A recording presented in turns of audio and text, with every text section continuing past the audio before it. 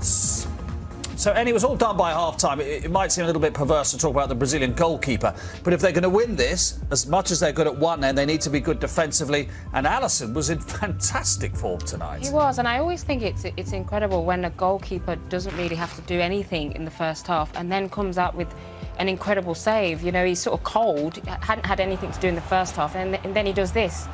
An incredible save, you know, a great shot from Hwang. But look at that save, you know, top hand.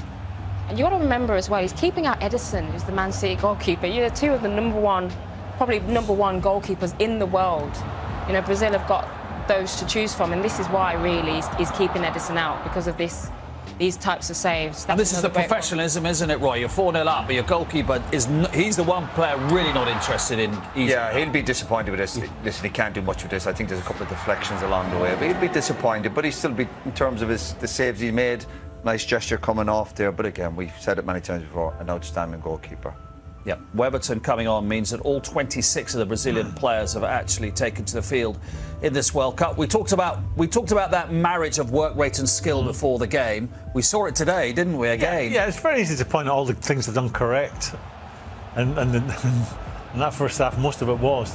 But the hard yards is sometimes a thing that the really talented, skillful players don't always buy into. But they were doing that, you know, in the first half. They were hunting it together.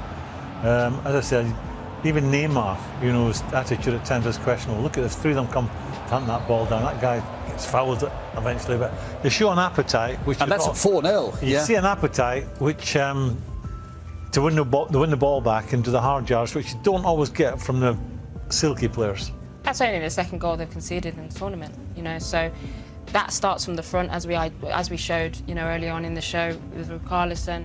And, you know, we've showed there the collective pressing to get the ball back and then express themselves. Richarlison did it again this evening, didn't he? Again, the two sides of the game. You need to get in this team with the level of competition for places. That one makes a great team. Of course, is when you're out of possession, what you can, because you've got the talent, and we've seen it tonight. It was great. It was a joy to watch it live. And this goal is just, again, I love the fact is South Korea couldn't get the second win, but Brazil, two centre-halves connecting, first touch. I'd watch this all day. That's a poor header. Roy, that's a poor header. They couldn't get up to speed. They couldn't get going the first half.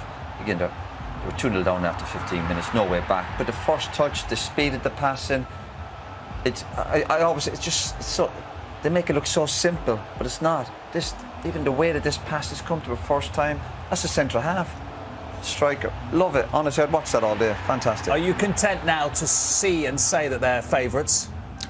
Yeah, but I think for the other big teams, I think for England watching that tonight, they'll be saying to themselves, well, we'd be a very different team to what Korea were. Korea played with a naivety which was beyond belief at this stage in the World Cup. They really did. What kind of game did they think they were going to get against Brazil tonight, other than Brazil that want to get on the front foot, they want to show how clever they are. Get into the game. Half an hour clean sheet, 25 minutes clean sheet, and see where the game's taking you. But from minute one, they thought we'll take Brazil on a slugfest. There was always going to be just one winner. It was naive. I mean, they left two up right at the start, didn't they? You were all saying, what are they doing here? Naive in the extreme. Yeah, it was too much for them. But again, listen, it's easy when you're sitting there. They stuck at it the second half. OK, Brazil switched off and they're getting ready for the next game. But they stuck at it, they got a goal, and they took something out of the second half. You give them a little bit of credit for that. I actually think, you know, South Korea scored in the final added minutes in the last game. I think the emotion of all of that, a lot of them were crying, they were really emotional after the last game. Maybe that they brought that into this game. They couldn't really focus and get their heads on in terms of tactically what they needed to do to stop Brazil, because it was very emotional, you know, the last game, and credit to them. But the first half, you know, they to set up like that against Brazil, they were really asking for it. But they didn't concede in the second half and they got a goal. The World Cup pot then is getting bigger. Here is how you can go and win it. Against France then coming up this Saturday, 6 o'clock from Albait. The first time they've ever met in the knockout stages of a Euros or a World Cup. The World Cup quarter-final, 6 o'clock ITV1 and STV. Brazil remained the favourites for this World Cup after dismantling South Korea by 4-1. They were absolutely brilliant in the first half. Richarlison's having an extremely good World Cup. And Neymar with his blonde locks, fit again, back on the pitch. Roy, what about Neymar? That's, in a way, a perfect game for him, just to ease back into it, wasn't it? Perfect. Obviously, missed the last couple of games. He's back, he scored tonight. He's had his hair cut, he's dancing well. The feel-good factors there. Physically, the game wasn't that draining for the players. You look at Croatia, they're playing extra time penalties, which all helps in the preparation. But again, the feel-good factors there. They're enjoying their football, they're scoring goals. We saw in the first half how brilliant they are. Huge goal threat. Croatia do well to stop them.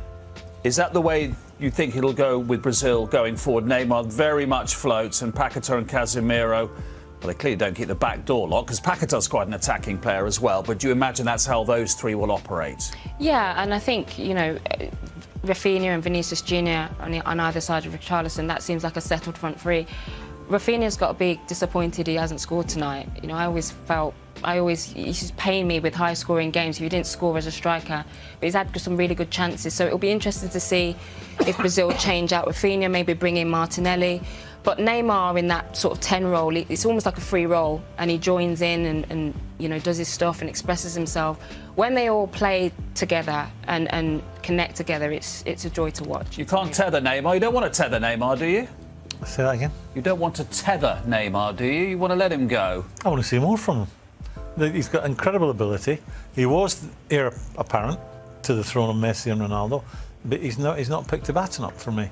I'm not sitting here saying he's not an extremely talented man. There's things about him that are easy on the eye. I just find it slightly frustrating that, you know, when it's going well for him, he wants to show how clever he is all the time and make it look that it's very easy for him. I'm not being a killjoy, because some of the football tonight was fabulous, but, you know, I'm thinking, and he'd be the exact same if he was out there. You would have emptied him tonight, some of his antics with his showboating, but he is great on the eye for some people. Up against Croatia, World Cup finalists, of course, last time, and they've had a magnificent generation, and they're still going midfield. Kovacic, Modric, Brozovic, Perisic, are they their third oldest squad? Would that worry you ahead of the Brazil Well, game? they won't be overawed going into play Brazil, like I think the Koreans were tonight. It was one or two things. They were completely overawed, or their game plan was just a total shambles. I mean, they tried to win it from minute one. I think Croatia, as you said, an experienced team, will be a very different game. I expect them to start off cautiously, see where the game takes you. If you concede one, still stay tight. You know, don't go chasing it. And then you get into the second half, and then if you feel you have to chase it. But I thought Brazil for 45 minutes were fabulous, easy on the eye, but they had a very easy game against a very ordinary and naive Korea this evening. I think Croatia would do well to watch how Serbia stopped Brazil in that first game. I know it feels like ages ago it was the first game, but if you watch that game back, Serbia blocked out the centre of the pitch and forced it out wide, and then sort of doubled up out wide, and players started getting frustrated. Neymar started getting frustrated. Second half was different, you know, they got the goals, but I think that was a very good way of stopping Brazil getting into their flow, certainly in the first half. Croatia certainly won't be so open, obviously, as we've seen tonight, but they'll be up for the fight. These are spirited lads and huge experience, and again, what Graham said, they won't be overawed. But you just think player per player, momentum with Brazil, you know, as I said, it'd be hard to stop them. Absolutely. That's all to look forward to in a few days' time. Thank you very much indeed, everybody. Absolute pleasure to watch Brazil. Always such a thrill to watch Brazil, particularly when they play like that in the first half. All that means we now know 6 of our quarter-finalists, and the last pair will be decided tomorrow. You can watch both those games on ITV1. Spain take on Morocco at 2 o'clock. That should be an absolutely fascinating game. And then Cristiano Ronaldo and Portugal up against the underrated Swiss. That is at 6:15. So both those games tomorrow. Brazil remain favourites for this World Cup, and tonight I think we've seen why. Skill, samba and some steel. We'll see you tomorrow. The World Cup carries on.